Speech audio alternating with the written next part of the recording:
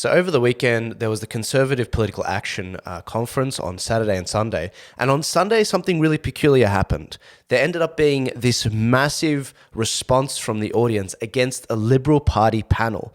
The audience wasn't happy with them at all. They felt that the people on the panel from the Liberal Party and Liberal Party associated entities were being snooty, were being elitist, were saying, you've just got to join the Liberal Party and just ignore, the only way we're going to win is through the Liberal Party.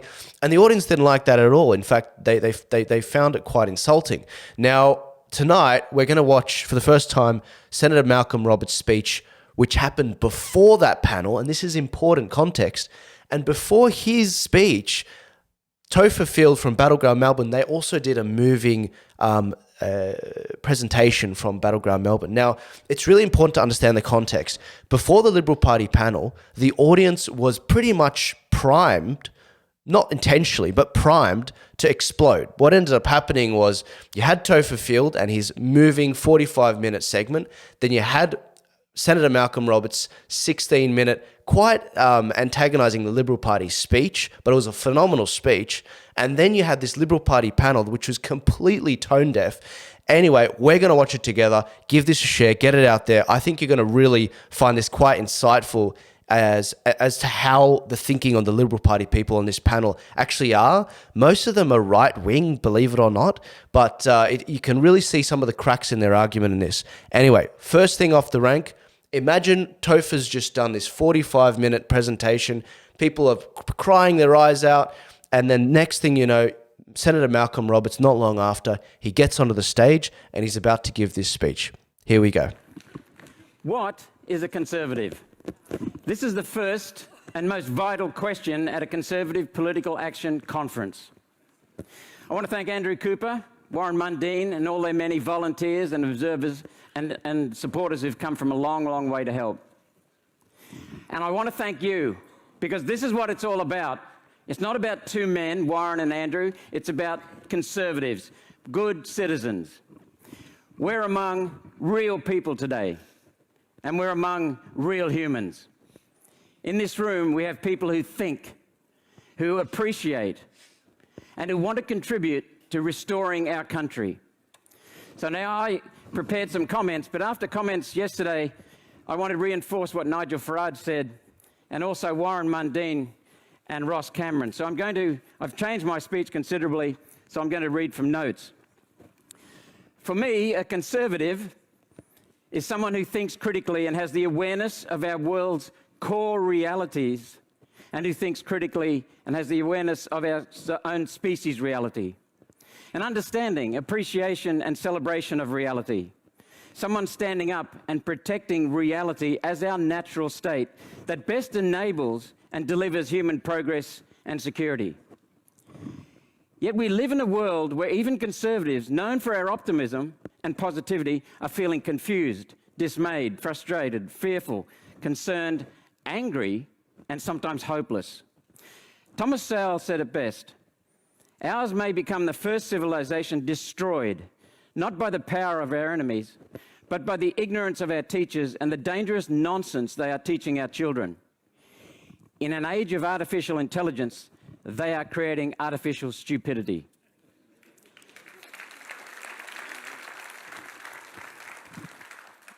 Today, many Conservatives search for understanding, clarity, engagement, and being heard, because today governments do not listen. Instead, they seek to control. When we see, hear, and feel the absurdity all around us in the West, we realise we're engaged in a war for the heart, the soul, the mind, and existence of our society, our nation, civilization, basic human rights, lifestyle, and even our species. Yes, even our species. How can we replace our concern, our fear, with constructive feelings like hope, like calm confidence, like positive openness, reassured vigour and excitement? Possibilities for a better world and for restoring our Australian lifestyle. As Conservatives, how do we support each other? How do we work together to restore freedom, express ideas, encourage and support each other, revive hope? We need to work across the spectrum, not as parties, but as unified forces for the Conservative side of politics to restore our country. so we can get back to doing what humans do so well and naturally, improving society and progressing as a species, as a civilization, as families, and as individuals. So I was going to invite you to step back at this point and examine our society, but what I want to do is talk about something that we need to be on guard from within. We're not being attacked just from outside, and we are certainly being attacked from outside. We need to be on guard from something coming from within. I want to make 2 points. CPAC can only thrive as a people's movement, not as a Cooper movement, a Schlapp movement, a Farage movement, only as a people's movement. And in that, unity is crucial. I am a conservative, and I want conservatives to thrive. I support CPAC, and I'm loyal to the many people coming up to thank me for my stance, and that's much appreciated. But that's not my job. My job is to help Warren achieve his aims for CPAC that he so clearly said this morning. And that requires putting parties and politicians under the spotlight, setting them aside, not papering over the cracks in parties. I wholeheartedly endorse Ross Cameron's viewpoint. Yesterday, we saw differences of views rearing their heads, and I welcome that. Nigel Farage's call for the people to be energised, regardless of party, to be energised, a people's movement. Whereas Nick Cater said, we all need to go back to the 2 old parties. So I must address that issue. So I've made a new speech, and then I invite you to decide. And I'm Hang in there, encouraged by guys. This Dan gets Teague, crazy. Hang in there. National Party member, I think, in Victoria, who had the courage, so rare in politics, to admit his mistake in withdrawing from and allowing the abuses that occurred under the Morrison government driving the states to do what they did for the last 2.5 years. Dan Teague, thank you for your guts.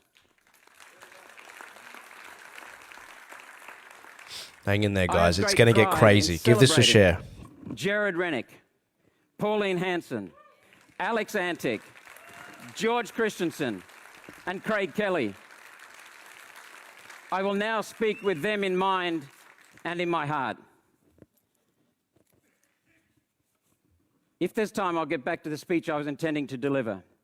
I notice my time's been cut. So let me start with a review of some of the information presented this weekend. Everyone was running behind. While Jacinta Price, his time was cut. Price, and Catherine Deeves are awesome, and I love them dearly, and I respect them and admire them, they are not Australia's bravest women. Nampa Jimpa Price wholeheartedly needs and deserves that award of freedom yesterday. That the title of bravest woman in Australia has gone to Pauline Hanson for 25 years. And where was she? She wasn't at the conference and she wasn't invited to speak. Pauline I can has fought confirm the that. battles we have all talked about this weekend. Family, community, Christianity, border protection, the Indigenous industry, our flag, our veterans, freedom, our lifestyle, our very way of life, our exports, our industry, our agriculture. It is ironic that the omnipresent party in this event is the same party that sent Pauline to jail to shut her up, the Liberal Party. After being released and exonerated, Pauline put aside her time as Australia's first political prisoner to lead One Nation in the fight for conservative values. This should never be forgotten, always remembered, especially with the release of a new national anti-corruption body lacking in checks and balances that One Nation expected to be there. In this last election, Australia's COVID response asked many questions of our elected leaders, particularly federal. Questions like, what happened to my body, my choice? What happened to the vaccine approval process? What happened to freedom of movement and freedom of association? What happened to the sanctity of the doctor-patient relationship, the confidentiality of the doctor-patient relationship? What happened to free speech? And how could a virus infect you in a small business, but not in a big business? Everyone, give this a share. This is going to get crazy. We're only in this is the second half of his speech. This is going to get wild. It gets very edgy. Liberals and Nationals for the last 2.5 years. I can tell you where they were, calling me names for standing up for the very values they now embrace at this conference. One Nation went to this last election. That was the quote from today. One Nation went to this last election defending conservative values and fighting for your freedom, our freedom. Senator Ralph Babet, who's in the audience, and the United Australia Party were there defending your freedom. The Liberal Democrats were there defending freedom and standing up against a genuinely evil Dan Andrews regime. And as I said, Senator Rennick was there, Alex Antic was there. And good on Topher Field for his courage. And I urge everyone to buy his movie Battleground Melbourne, available in the foyer. It brought me to tears. It is just such a stark, horrific portrayal, but an accurate portrayal. In this last election, the Liberal Party and the National Party chose to preference the Labor Party ahead of One Nation in many races. In the end, delivering the Senate to the ALP and neutering the Liberal Party. So what the hell is going on? Like many people here, I do hope the Liberals rediscover their roots in true liberalism, true conservatism. It would, however, be unbelievable if the Liberals achieved that in a single weekend-long pep rally. Where is Peter Dutton, can I ask? Everyone, give this a share. I want to get this up to 1,000 people watching live before Seriously, the Liberal Party panel. I thought I was coming to CPAC. It feels more like LPAC, Liberal Political Action Conference. I must say, CPAC is back from their 3-year COVID hiatus with a very short memory. Returning to their conservative roots will take fundamental changes in the power structure of a party that quite simply sold Australia out. The best way to help the Liberal Party, for those who want to help the Liberal Party, is to expose the cracks, not paper them over. Damn right. Damn right. Damn right. Everyone that's listening, 500, give this a share, get it out there. But going back to the days of John Howard and his implementation of the 1997 UN Kyoto Protocol that stripped property rights from farmers to meet targets imposed by the UN without compensation, and going around the Constitution to do so. That has never been set right, and we need to set it right. If the Liberals want to embrace conservatism, now that setting that right might be a good place to start. Who was it that locked Western Sydney residents into their homes and put troops to the streets to keep them there? Who was that? That's right. Gladys Berejiklian's Liberal government. Who closed their state off to the rest of Australia, imposed business closures, restricted movement, and forced medical mandates on their citizens? That was the Liberal Marshall South Australian government. Who changed the rules to allow emergency health orders under the Biosecurity Act and then tore up the vaccine approval rulebook while sharing your vaccine status with anyone who wanted to see it? Always remember that. That was the Liberal Morrison government. If the Liberal Party want their supporters to hold the line, as we heard yesterday, then they need to change their leadership, change their policies, apologise for their failures, and start again truthfully and honestly.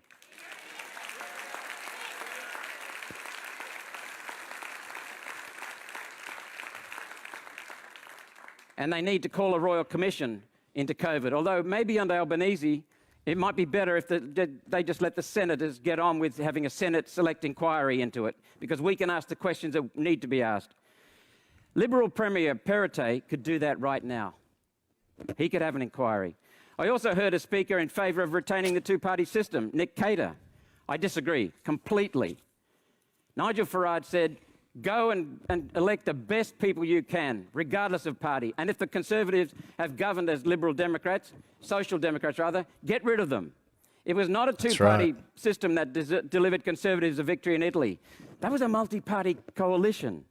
It was not a two-party system that delivered Conservatives to government in Sweden. That was a multi-party coalition. While Brexit did deliver the first black eye to the globalists, as another speaker mentioned, the Conservatives didn't do that. It was one man who built up an army in the people. And that's what we need here. Nigel Farage did that. Absolutely, absolutely. Everyone give this a share. We're getting close. We need to get this to 1,000. Parties. And it was not the Republicans that won the presidency in 2016. It was Donald Trump. The Republicans tried to scuttle him. Give this a share, guys. We want to get to 1,000 before the Liberal Party panel in 5 minutes. It will not be the Republicans that regain Congress in a month. It will be Donald Trump and his Make America Great Again movement. And they will retake Congress over the dead body of the establishment Republicans. Can a unified Conservative movement achieve more than a disunited movement? Well, of course it can. That's why we're here, isn't it? We are people from all parties, united in the desire to defend Conservative values. And we can win this fight. Just as victory in 2 world wars was not any nations alone, rather nations came together allied in a single cause to defend against evil and restore freedom and prosperity. Once again, after a long period of peace and prosperity, we find ourselves in a fight for freedom, for Christian and conservative values, in a war against neo-paganism masquerading as wokeism. In many ways, this is a new world war. It is a war that does not need to be fought with one party. It is a war that must be fought with one community. One community. This is going to get crazy. When the Liberal Party panel comes, it's going to be crazy. It is a time for all allies to unite and fight side by side with a clarity of mind and purpose. And so I implore everyone here, now is the time, because as Shakespeare said so eloquently, once more into the breach, dear friends, once more. Let me now resume scheduled programming, see how long I've got. That's the end of time. So one thing I want to say is government... This next panel is wild. Wild. Well, I want to say that in response to the globalist New World Order and Great Reset, we must, as Conservatives, apply the Great Resist and the Great Restoration and the Great Restoration of nation. While government is necessary, good government is necessarily limited. Fundamental rights of individuals are above the rights of government. I am, and I hope we all in this room are proud to be Conservative. We should be proud. To succeed in our Great Resist, we must be proud. We must get off our knees, stand up straight, and get off our ass together, united around not parties, but around conservative values.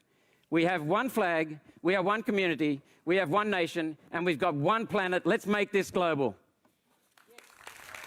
All right. All right. Okay. All right. So that was that. So just so you guys just know, for those of you tuning in, we're about to watch the Liberal Party panel where they just get absolutely smashed by the audience.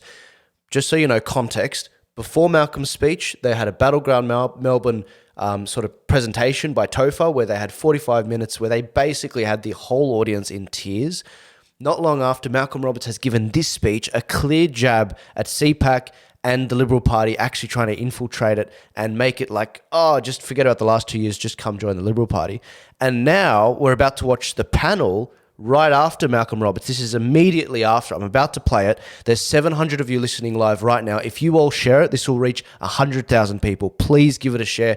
It doesn't matter if you've got 2 friends. Give it a share. Get it out there. Give this a like. And let's watch. Let's just check this out. This is going to be explosive. The Liberal Party, they do watch these streams. There are a lot of Liberal Party people. They watch these streams. These do matter. The numbers matter. If you give this a share, it's going to make a massive difference. I promise you that. Now let's watch this panel without further ado. I've been pumping it up. This is going to make your blood absolutely boil. So we've got Tina McQueen. She's the Vice President of the party.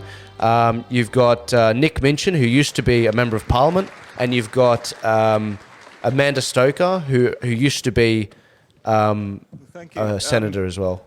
I think, the left claim to be diverse and inclusive. I think we've shown this weekend we are big on diversity and inclusion. Diverse views, and we include them all. I think that's right, Nick. Insults. But at the same time, wouldn't it be good if we spent a bit more time kicking the other side instead of kicking our own side and making it better? Yes. The audience did not like that. But look, I think it insults the audience. I'm sure you probably found the same. Just talking, so many people come up and chatted, and they're being terrific, really. And they do come from a range of backgrounds, and they have a range of views. I mean, after all, we are Conservatives. We don't agree with the party line. I mean, that's for Labor and the Socialists.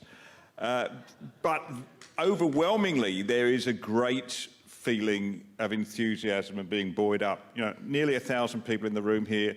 I mean, you've already heard hundreds of thousands. I mean, we're getting numbers close to 400,000 watching this online. This is Nick Cater. He runs the Menzies Institute, and he gets funded. He gets funded by the Liberal Party. So he's the neutral host here. So it's a full Liberal Party panel. So look, how do we the question is, let's start with you, Tina. How do we bottle this great enthusiasm, take it away and start turning it into action? Well, firstly, And put it in the I want to Liberal thank Party. every That's what single he one of means. you for coming. You've been so kind, and it's been lovely to be in a safe place where I feel like everyone is my friend here. It's been just joyous. I've had an incredibly busy month, but it's been so lovely to be amongst friends, and I really do mean She's, friends. I feel like she's at the home vice with you all. president And of I'd just the like to Liberal say, Party. look, I want to put a positive spin on it. I know, I sense your frustrations. I understand your frustrations. But remember, in the Federal Liberal Party especially, we have a new leader. Now, you know, I don't bullshit, you know. And I've stuck with the Liberal Party for 40 years. I love the party. And I know every She doesn't single one of bullshit, you guys. is at heart is of the Liberal values. So I just want to encourage you to stick around. We're listening to you, we hear you, and we're moving forward. We're going to do a great job. Good job, Tina. Anyone that And says you're trust right, me, you don't bullshit. trust them. Sorry, watch my language. It's true. Nick, your perspective. Well, I've got to speak as a Federal Vice President of the Liberal Party, and a proud one, and the Vice President of the Noosa branch of the LNP, which I'm even more proud of, and against the background of having devoted my working life to the Liberal Party. I worked on the professional side of the party for 14 years and then served for 18 years as a Senator for South Australia as a proud Liberal. So I love the Liberal Party, and I want it to prosper and succeed. There's no doubt the Liberal Party's at a low point now. We're only in government here and in Tasmania, the great state of Tasmania, and may I call out my good friend Erica Betts, who's here this weekend. We a love great Liberal. Senator Abetz. We love him. No, you don't. And You do we've not been here like before and we've got you. back, You and we will made get sure he back. didn't get in. But it's going to take all of you getting involved in the Liberal Party. The Liberal Party is a party of people. All we are our members.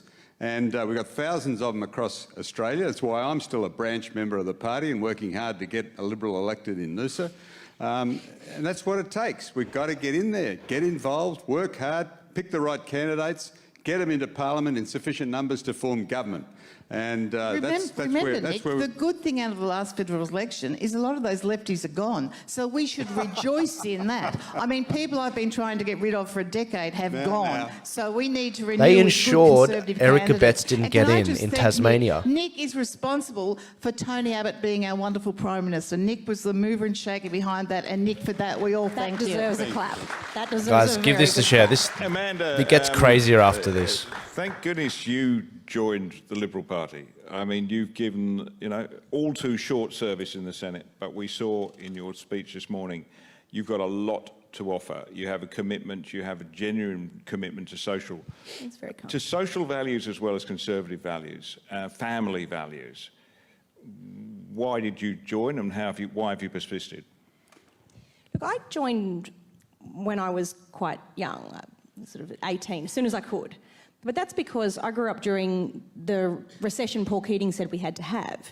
And I saw my parents, my dad was a plumber, drainer, gas fitter with his own business, work his guts out every day of the week. Mum took a part-time job as well to try and make it work. Wait for it. They did Wait for it. everything right, and they struggled to pay the mortgage. And it was a really stressful time for them, and I was probably one of those nosy kids that, you know, should have been playing, but instead I was paying attention to what was going on around me. Listening, big ears. That's what my mum would call me big ears, I think. But when I saw the difference in how they lived under the Howard years, doing exactly the same thing, they prospered. And I had to know why. And it wasn't from what is offered by the socialist left, and it wasn't what was offered by the populist right. It was a sensible balance of classical liberal and conservative beliefs that respected the initiative of individuals, that made my mum and dad, who didn't finish high school, do really well with their lives. That should always be something that every Australian can aspire to do. And I think really only our side of politics gets that. Can I just assure everyone, Amanda, She didn't do enough on on the mandates. Amanda will have a spot in the Liberal Party. I want her in the lower house because I think she's a future leader. And I hope not. that's She a didn't do enough promise on the I can mandates. make you all, and the Nick will support me. You will be in Parliament. I can promise you, Amanda, in next term. Yeah. I'd like to see him Warringah. I think the Teals wouldn't know what had hit them. No, we want to keep her in Queensland. Warringah's gone, baby. That's gone. No, we'll put her in a really good seat. By the way, seriously, for guys, the members of the panel, I voted sorry, Nick, Liberal my whole life before the last When people election. are frustrated with our party, and sometimes I get that, I really do, and they walk away, you lose, to the extent that you want me, people like me. Yeah. Because someone like me can't win at a pre-selection unless people like you are members of the party.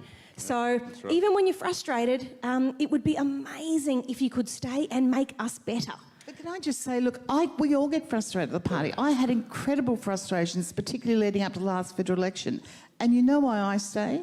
I stay because of you guys. And that's the honest truth. The feedback I get from Sky, the emails I get, the reception I get at conferences like this, I do it for you.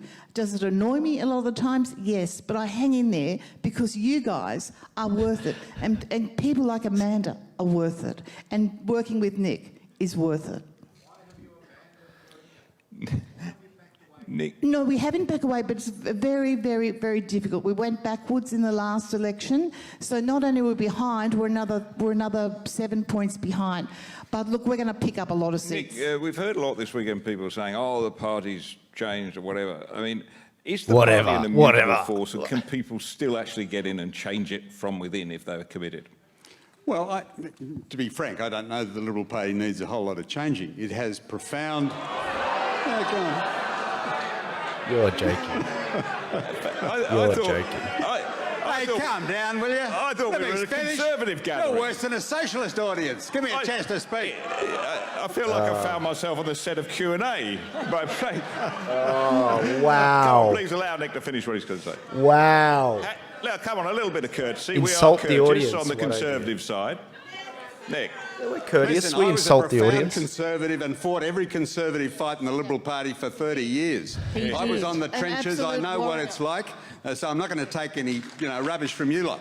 I'm sorry. Therefore, I can insult you. Guys, The give this a Liberal share. Party's This is values ridiculous. Are values you should all support. Go and read the platform of the party. Read We Believe. We stand for small government. We stand for low taxation. We stand for federation. We stand for good government. Now, the candidates we select are a function of you. It's a function of the members of the party. We have plebiscites around Australia. That you don't follow. The candidates, and we decide who goes into Parliament. And it's our job as party members to keep them honest. Okay? Now, I know you're all disappointed in the last 9 years of government. Well, I am too. Let's give everybody their say, eh? Come on, please. Fair's fair. We've heard from a variety of people. These people are committed people with views. I want to give another advertisement for the Liberal Party. I'll come back to that. The Liberal Party, you don't just get this one of a woman. You get Alex Antic, who is changing the politics of South Australia as we speak. You get Yeah. Go Jacinta back to the Price, Freedom Senators. who has single-handedly changed the tenor of the debate on The Voice. And you get people like Matt Canavan who fight for his state, fight for the resources industry. You get Claire Chandler Who doing fights great for things on the transgender debate. You've got Angus Taylor, who gave up a magnificent career in Yeah. business to fight the good fight. You've got James Patterson, who is defending our country. Potential candidates for other parties screaming at me isn't particularly fair. I'm more than happy to take, questions from you guys, but if someone has a political agenda, I'm just going to ignore it. Fair. We get Tony Abbott spoke yesterday, I thought, remarkably, and Very good speech. and it made some points, I think, about COVID. It seems to me that, and that was a very moving and magnificent portrayal by the battleground Melbourne crowd, Topher Field and his very brave group there. I mean, I think we all admire them. It was a horrible period. That was such a powerful segment. It was. Yeah. See, they're going to And my safe ground sense for the is right that wingers. They're like, one of the reasons, "Here you go." possibly one of the major reasons for the decline in the primary vote at the last election was a reaction against COVID in many forms. Small business lost their business. People had lost their jobs through not being vaccinated. Unvaccinated people have been treated like lepers and second-class citizens. All that is true. And I think, you know, the fact is, although the federal government was not responsible for all of that, in fact, very little of it when you see what happened in Melbourne, the truth is that it took a hit for that. It was the big increase in the vote for One Nation and United Australia Party, amongst others. So the question here is... I think it's fair when people are suffering that they blame the Prime Minister. I don't think that's an unreasonable thing to do. Whether he's responsible for all of it or none of it, he's the leader of the nation. I can understand people getting pretty annoyed with outcomes. Yeah, so do we need now... He enabled the states, as Malcolm Roberts and indeed Tony Abbott has argued, an inquiry, not necessarily, in my view, to apportion blame, but just to find out what the bloody hell went wrong so we don't do it again. Nick. Yeah, that's a safe point to make, isn't yes, it, Nick? Of course there should be a Royal Commission into this. I'm a federalist, and a very strong one, and I really do believe in state governments. But I think it was frightening to all Australians to discover just how powerful our state governments are, in fact. And I think, and you have good reason to believe in those Labor states that perhaps our Liberal oppositions could have been a bit more strident and forceful in their questioning of what was going on. But you do have to put all this in context, and it is reasonable to remember that we didn't actually know what the hell this thing out of China was and how manipulated it had been. Was it a chemical weapon, a biological weapon? Regrettably, I think a lot of state politicians, particularly of the Labor variety, exploited this fear and generated fear and used it to introduce the most horrendous authoritarian measures. And I think, and Tony Abbott, I was in Cabinet with Tony as Health Minister. It was Downer and I who persuaded Howard to appoint Tony as Health Minister. He was a great Health Minister. And he's reminded us all that the pandemic,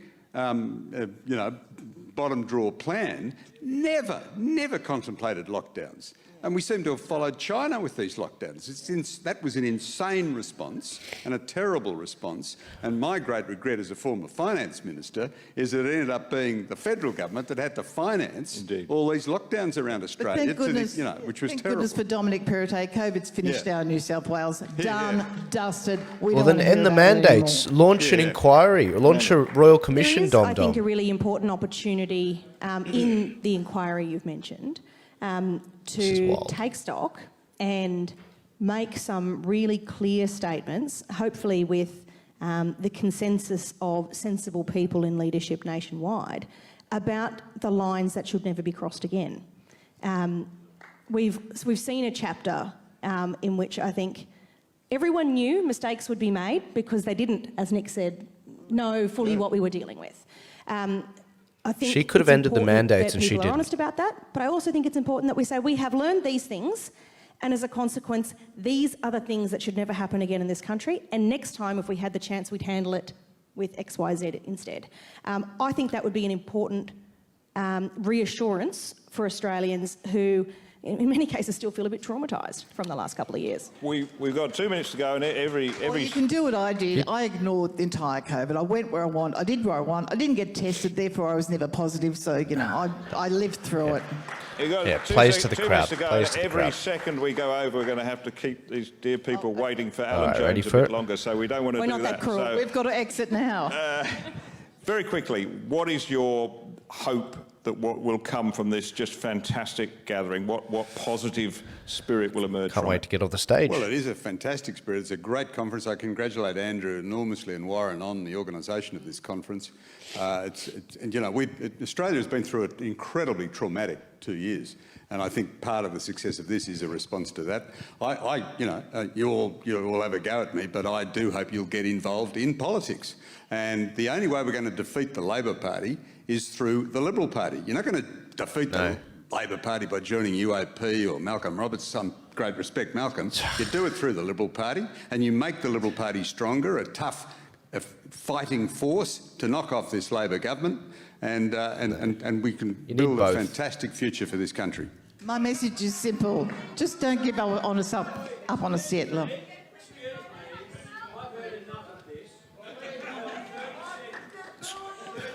Can I say that? Come on, please.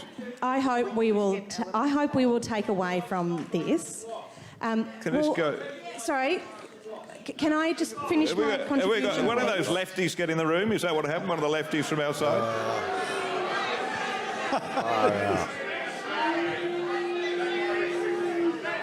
Sorry, if you Insult could... the If you don't audience. want to why hear don't what you? I have to say, I can Well, go. let these but- people make their point.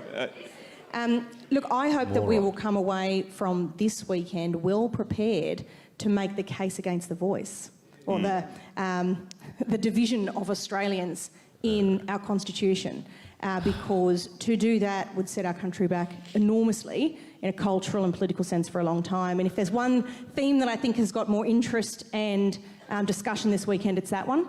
And I think we all need to work together to make sure the right result happens in relation to making sure we don't divide Australians by race. Yeah. That's wild, Thank mate. you. Round it up. And, Cut your my- losses. My hope, indeed, my expectation is that the left does not yet march through all institutions and will never march through CPAC. That's my prediction. Thank you, everybody, for your courtesy in allowing us this moment of free speech. Thank you. Wow, they just can't wait to get out of there. What's that on his leg? Oh, it's his notepad. Wow, that was just a disaster. What do you guys think? All right, a few things. The panelists on the far left, the guy that used to be in the Liberal Party, used to be a member of Parliament, he said the Liberal Party doesn't have to reform. Excuse me? 2 words, 1 name, Matthew Kamanzuli. Who the hell's that? Do you guys remember that segment that I did just before the election? Matthew Kamanzuli was a man that was on the state executive of the New South Wales Liberal Party, one of 2024, and what he ended up doing was taking the Prime Minister to court, because what happened was the Prime Minister tried to intervene on who got to run in the Liberal Party. When you put a candidate up in the Liberal Party, the way it's meant to work, and this is what they were talking about in the panel, is you're meant to join the party, you're meant to vote for a specific candidate to run for you, and the membership get a vote. Now, what ended up happening was in 12 of the seats, the Prime Minister intervened, Scott Morrison and Dominic Perrottet and one other, and between the 3 of them, they intervened in 13 seats, and they ended up doing this captain's call thing where they picked someone that they know, they like, and they trust, and that kissed the ring of Scott Morrison. So the membership could go get stuffed. The membership, basically, their vote didn't count, and Scott Morrison came in and basically ran roughshod over it.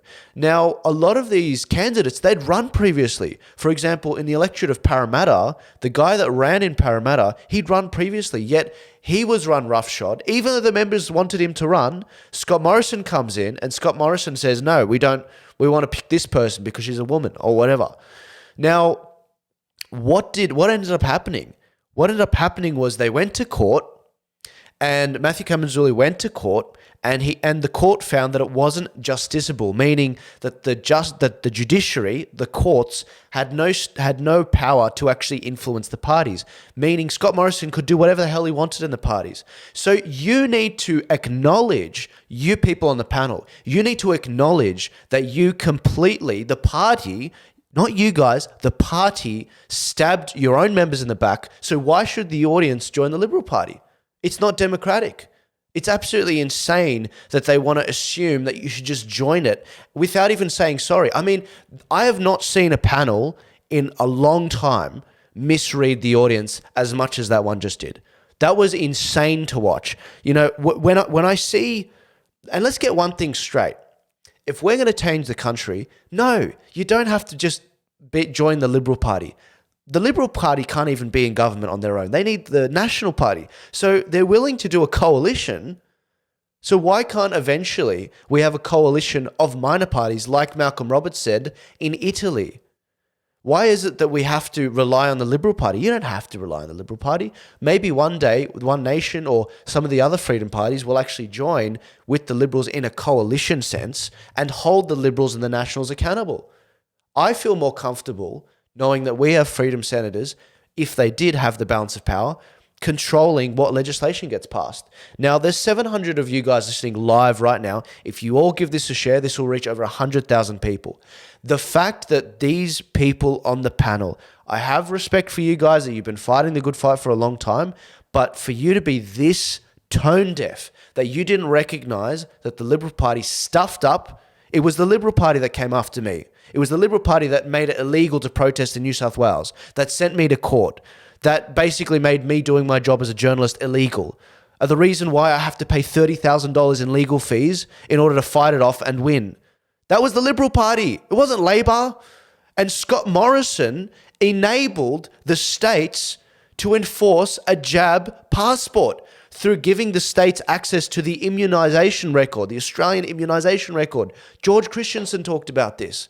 Amanda Stoker was sitting there. I think she was the Assistant Attorney General or Solicitor General for the government. I forgot the term.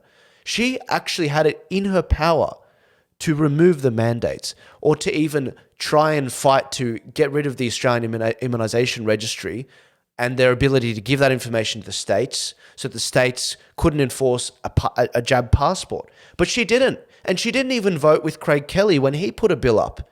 This is just snooty, classic elitism. And to see it percolate in what's meant to be a conservative conference was disgusting.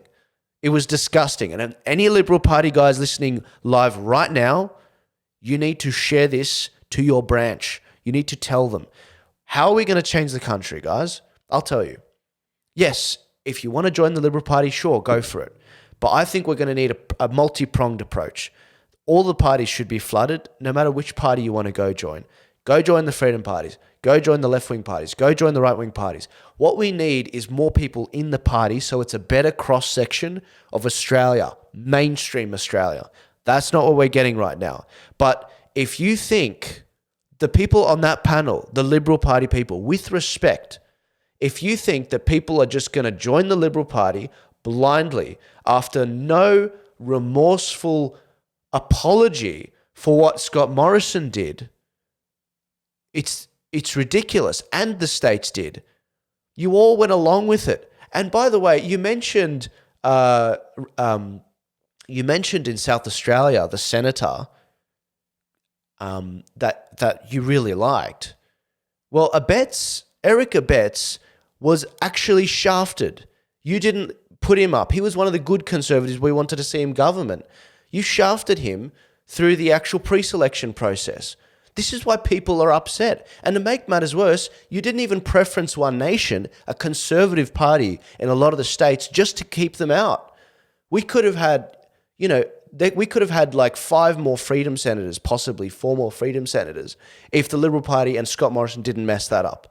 This is what we're talking about, guys. They threw Matthew Kamenzuli out. They did the captain's picks. The party has devolved into this undemocratic institution, and they want you to just forget about the last 2 years. Liberal Party doesn't have to reform at all. No, that's absolute crap. And everyone in the audience was yelling that, and then you insult them and tell them, there's lefties in the audience. What is this, the Q&A audience? How tone deaf are you? This is why I posted this quote today. This was from Malcolm Roberts in his speech that we just watched. And if you haven't seen his speech, watch it back at the start. He said, "Where were the bloody Liberals and Nationals for the last 2.5 years? I can tell you where. Calling me names for standing up for the very values they now embrace at this conference." They're trying to recapture the energy. They're trying to rekindle this energy. But listen up, guys. There's as many people listening to this live stream as there were in that particular room. In fact, there's way more if you guys give this a share. They say that there's no problems in the Liberal Party, but for those veterans that have been listening to me for a while now, after the election, you'll remember this video that was done by Four Corners. Check this out. The general public is completely turned off by what they see as factional games. I'm speaking out because many people inside the Liberal Party aren't able to speak. Factional warfare exposed. I can't remember another time where there was such confusion about pre-selection. There were people that were working hard to take me out. Inside the Liberal election loss. This cancer needs to be cut out. What do you make of that? I thought I'd seen it all. I better not talk about this. I'm sorry. Four Corners, Monday, ABC TV and ABC. This idea that the Liberal Party doesn't have to reform, which is what one of the panelists said on the left, is ridiculous. How could you say that? Like, Four Corners did a whole thing on it. And I get it, it's the ABC, but it was actually quite well done. Alex Hawke, the factions, the captain's picks. I mean, you guys get the idea. I'm no proponent of the Liberal Party, and I'm no proponent of any specific party. I'm just here to call it out as it is. I've seen Sky News, Chris Kenny, and Andrew Bolt do segments on this specific video, short clips, and they're 95% there, but they still miss the point. Yes, the Liberal Party isn't right enough, but they're actually undemocratic, and they're not willing to apologize for everything that they did to people the last couple of years. Anyway, give this a share, get it out there. Thank you guys for tuning in so much. If you haven't listened to Malcolm Roberts' speech at the start, rewind it back, check it out. He did a phenomenal speech.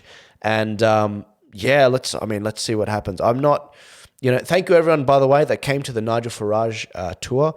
I'm now looking forward to the Victorian election. I've got 4 big projects, one being the How to Vote cards, another one being resources for the election, and I've got 2 more additional projects for Victoria. I know you're going to absolutely love them. Give it a like, leave a comment, let me know what you thought about this video. Give it a share. I know, judging by how many people have already shared this could possibly reach 100,000 people. Thank you guys so much. God bless you, and I'll see you in the next live stream. Ciao.